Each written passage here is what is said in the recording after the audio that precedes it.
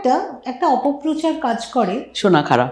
হ্যাঁ, শোনা খারাপ, এই অপপ্রচারটা আমার কানেও এসেছে, কিন্তু আমি ব্যক্তিগত অভিজ্ঞতায় দেখেছি সেরকম কোনো ব্যাপার নয়। তো এটা বোধহয় আমার মনে হয় এটা জানাও দরকার লোকজনের, যারা এরকম একটা ভুল ধারণা নিয়ে বাস করছেন। কেন এরকম একটা ধারণা? আমি একটা কথা বলি, একটা মেয়ে সাকসেসফুল আমাদের সমাজে কি সত্যি সবসময় মেনে নেয়? আপনি বলুন তো। আপনি যেখানে আছেন সে জায়গায় কি একইভাবে প্রথম আপনাকে অ্যাকসেপ্ট করেছে? না। আমার বিখ্যাত প্রতিষ্ঠান বা আমার আত্মজনেরা বলেছেন শোনা খারাপ, তাদের মনে হয়েছে রটিয়ে। হ্যাঁ, এগুলো উইসপার ক্যাম্পেইন। তো উইসপার ক্যাম্পেইনে নিশ্চয়ই লোক রিয়াক্ট করবে, কেন করবে না, বা বলবে। দেখুন, একসময় পানের গয়না ছিল, সেই সময় হয়তো আমরা বুঝতে পারতাম না, সেটা একটা আলাদা অধ্যায়।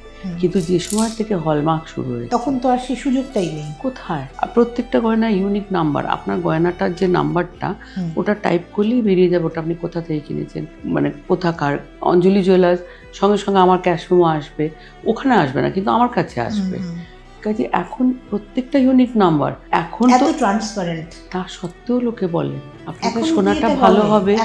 হ্যাঁ হ্যাঁ, আপনার একজন প্রফেসর ধরুন, উনি কিনছেন, উনি আমাকে জিজ্ঞেস করলেন আপনার সোনাটা ভালো হবে। আমি বললাম আপনি বিশ্বাস করতে না পারেন, কিনবেন না, কিন্তু সোনাটা তো আমার নয়, হলমার্ক তো বাইরে।